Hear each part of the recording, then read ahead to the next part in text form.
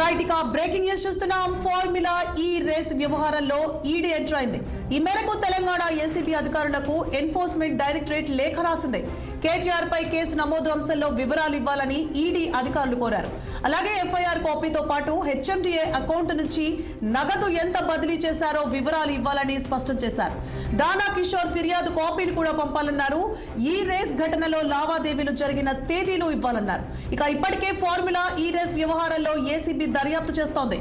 విదేశీ సంస్థకు అక్రమంగా చెల్లింపులు జరిగాయన్న అభియోగం మేరకు దర్యాప్తు కొనసాగుతోంది.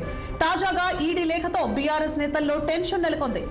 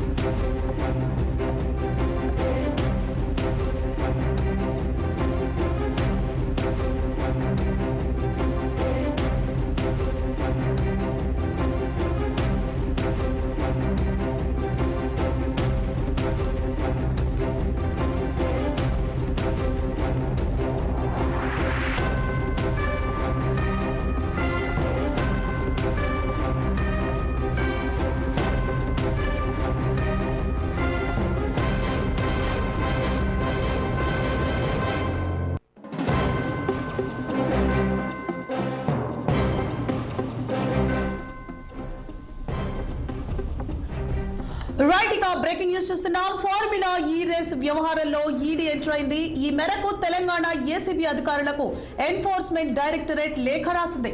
కేటీఆర్ పై కేసు నమోదు అంశంలో వివరాలు ఇవ్వాలని ఈడీ అధికారులు కోరారు. అలాగే ఎఫ్ఐఆర్ కాపీతో పాటు హెచ్ఎండిఏ అకౌంట్ నుంచి నగదు ఎంత బదిలీ చేశారో వివరాలు ఇవ్వాలని స్పష్టం చేశారు. దానా కిషోర్ ఫిర్యాదు కాపీని కూడా పంపాలన్నారు.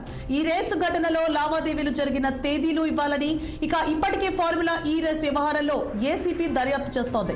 విదేశీ సంస్థకు అక్రమంగా చెల్లింపులు జరిగాయన్న అభియోగం మేరకు ఈ దర్యాప్తు కొనసాగుతోంది. తాజాగా ఈడీ లేఖతో బీఆర్ఎస్ నేతల్లో టెన్షన్ నెలకొంది. ఇదే అంశానికి సంబంధించిన మరిన్ని అప్డేట్స్ ని ఢిల్లీ నుంచి మా ప్రతినిధి అశోక్ రెడ్డి ఫోన్ లైన్ లో అందిస్తారు. అశోక్,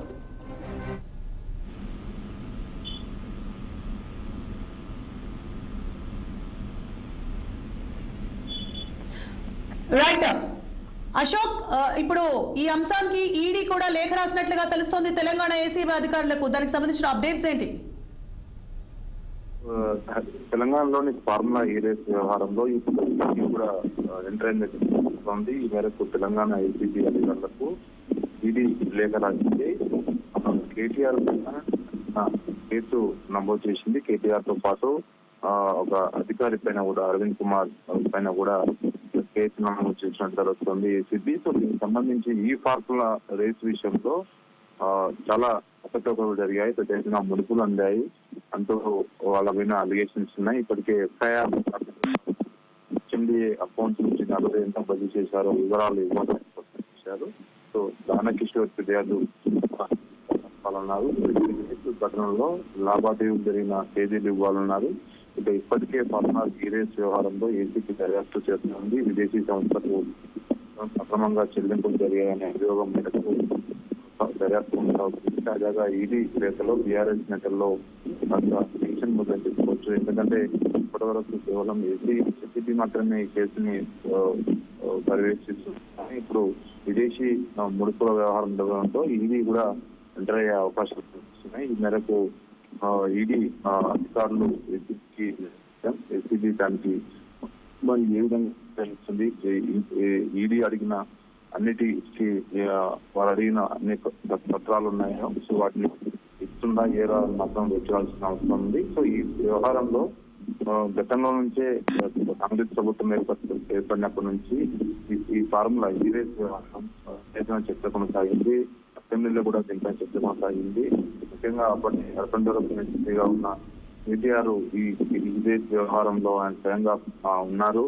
సో అది అప్పటి అధికారి అయితే ఉన్నారు.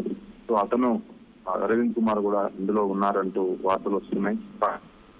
ఎఫ్ఐఆర్ కాపీలో నగదు ఎంత బదిలీ చేశారో అని అడిగింది. సో దీంతో ఇప్పటి వరకు కేవలం ఏసీబీ మాత్రమే కేసును విచారిస్తుంది. ఇప్పుడు ఈడీ కూడా ఎంటర్ అయిన నేపథ్యంలో కాస్త బీఆర్ఎస్ నేతల్లో టెన్షన్ చెప్పుకోవచ్చు. దీనిపైన కేటీఆర్ మాత్రం భిన్నంగా స్పందించారు.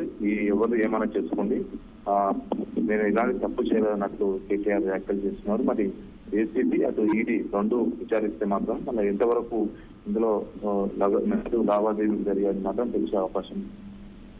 Right, thank you for the updates Ashok.